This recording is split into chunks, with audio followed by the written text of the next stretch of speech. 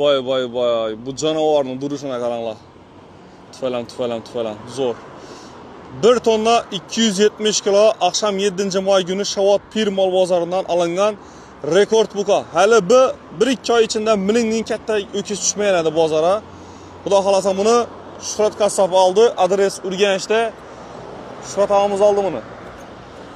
Salkam 90 million so'm pul bo'ldi. Buni ertang 9 may günü so'yadilar. Xudo xolasa bemalol mazali go'shtga kelaverasizlar. Deyna. Ertang so'rasammi endi xudo xolasa? Ertang. Azonda 6'da açıladi. 6'da açıladi. Tayyor bo'ladi go'shti. Azonda 6'da tayyor bo'ladi go'shti.